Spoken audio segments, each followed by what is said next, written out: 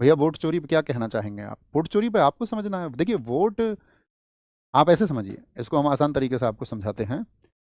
अ, आपने फसल बोई, तो जब आप फसल बोते हैं तो आप चाहते हैं ना कि फसल अच्छी पैदा हो। अच्छी फसल पैदा हो इसके लिए आप वर्ष भर मेहनत करते हैं, आप चाहते हैं उसके कुछ नतीजे आए।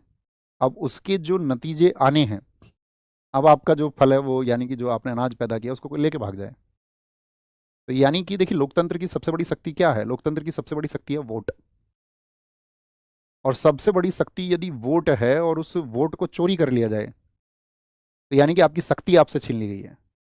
आपको लगता होगा कि बहुत साधारण सी चीज़ है, आप एक चुनाव कर रहे हैं, आप चाहते हैं कि ये अमुक व्यक्ति जीत करके आए और वहां वोट चोरी हो जाए, तो फिर आप क्या कहेंगे? तो आप कहेंगे कि इससे तो जो व्यक्ति अच्छा है और अच्छा कार्य करना चाहता था, जिसने अच्छी योजनाएं प्रस्तुत की थी जनता के सामने, तो कोई फायदा नहीं हुआ फिर तो उनका। तो राहुल गांधी जी ने सवाल उठाए कि भाई आपका यहाँ पर जो है, हम सवाल उठाते हैं आपसे कि आप यहाँ पर जो है एक पाक्षिक रूप से, जैसे कर्नाटक में सवाल उठाए गए, 1 लाख फर्जी वोटर्स, बहुत जगह सवाल उठाए।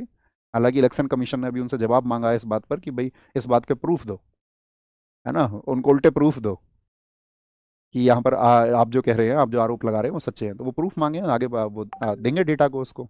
ये रहे प्रूफ। और उपचुनावों में आप देखिए, अभी जो सब इलेक्शंस होते हैं तो उनकी हकीकत तो सबके सामने है ही। अब जानबूझ के कोई कुछ और चुनाव करे तो वो व्यक्तिगत चुनाव है।